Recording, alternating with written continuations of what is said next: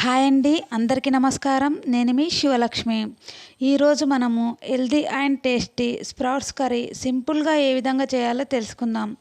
నేను ఈ sprouts curry కోసం ఓవర్ నైట్ నానబెట్టిన పెసలను ఒక కాటన్ క్లాత్లో కట్టి ఒక డే ఒక నైట్ ఉంచి రెడీ చేసుకున్న స్ప్రౌట్స్ను వాడుతున్నాను.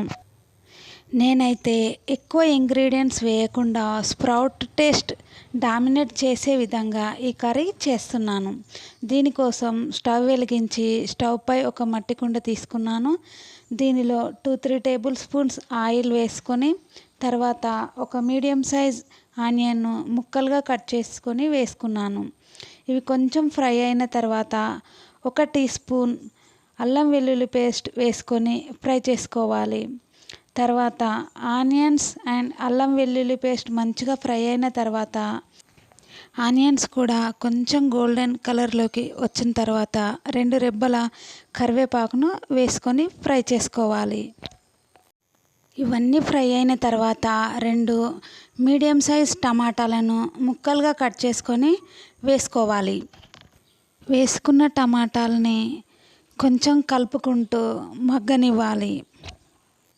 ఈ టమాటాలు మంచిగా మగ్గిన తర్వాత కొంచెం పసుపు, రుచికి తగినంత సాల్ట్, 1.5 టేబుల్ స్పూన్ల కారం వేసి మంచిగా కలుపుకోవాలి.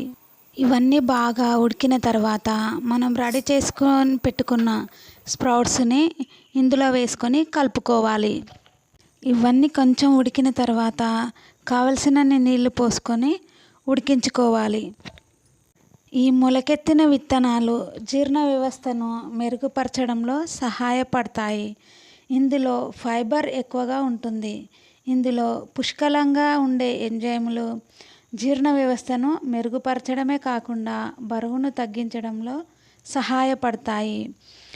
ఇవి రక్త ప్రసరణను సరిగ్గా ఉంచి ఆక్సిజన్ సరఫరాను మెరుగుపరుస్తుంది. అలాగే శరీరంలో తెల్ల రక్త కణాల ఉత్పత్తిని పెంచుతాయి. వీటిలో ఒమేగా 3 కొవ్వు ఆమ్లాలు ఉంటాయి.